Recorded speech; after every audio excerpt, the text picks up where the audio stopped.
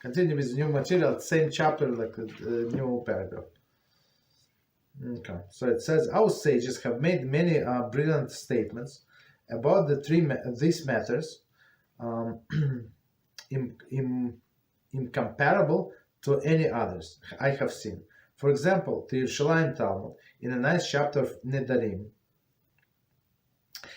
condemn those who obligate themselves in oath and vows to the extent that it is as if they are fettered.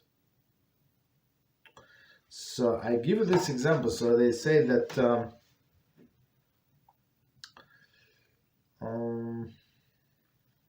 so the sages were very against person making vows, right, and take all the like promises. So why? Because most likely the person is not going to follow up on these vows, right, and it's going to be he's going to be held accountable because of them. And it says because of the stupidity of the father, his children die. And if he does not have children, if he make the promise, right, and he cannot keep it, so his wife can die. Chas v'shalom. So when children, chas v'shalom, when they die in a young age, so very likely it's because of the promises of the father, right? So our sages say don't make these promises. And I know one person, and when he told me the problem, I always fainted. So this person he tried to go like very strictly and put himself on the right path, like above and beyond. And he did not have a rabbi at that point, and he read everything from the book, and he made all of the vows that I'm not going to do this and that, from different books. This guy went over the board. So after that, when we started talking, so I told him, you have to nullify all of these vows. That's not Judaism. Okay, one vow a person should make to make him strong, but all of these things he did, all of the craziness of the world. That's what the side effects not to have a rabbi. And then of course he suffered. Of course he could not uphold this vows. Like you read the book, you get excited. You said, yeah, I'm going to do exactly as Rabbi Shimon Bar Yochai. Exactly. And guess what? You're not. And circumstances are different. Continue. So that's the wisdom of sages. Among the statements there is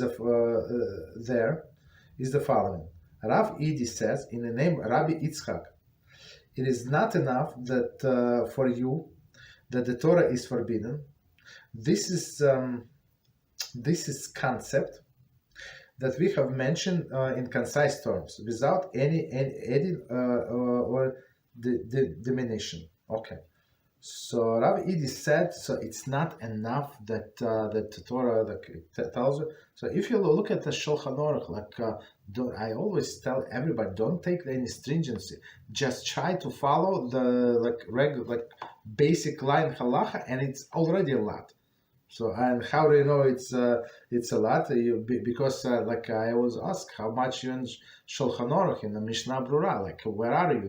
Did you finish loads of Shabbos one time? I have not seen any person who finished unless this seriously learned person that finished the loads of the Shabbos one time from the beginning of that with basic commentaries. It's very interesting. But I also just say, if a person did not finish laws of the Shabbos one time, for sure he's mechal Shabbos. What is the percentage? It's 100%. Very simple. There are so many intricate details that if he is not desecrating something biblical, rabbinical for sure. Right? Okay. Continue. So no stringencies, as what is it? Rav Edi said in the name of Rav Yitzchak, we have enough stringencies in Torah. Okay, don't be too righteous. Continue. Be righteous, but don't be one of these people that do all of these stringencies in one area and don't do any other areas at all. That's what usually the case.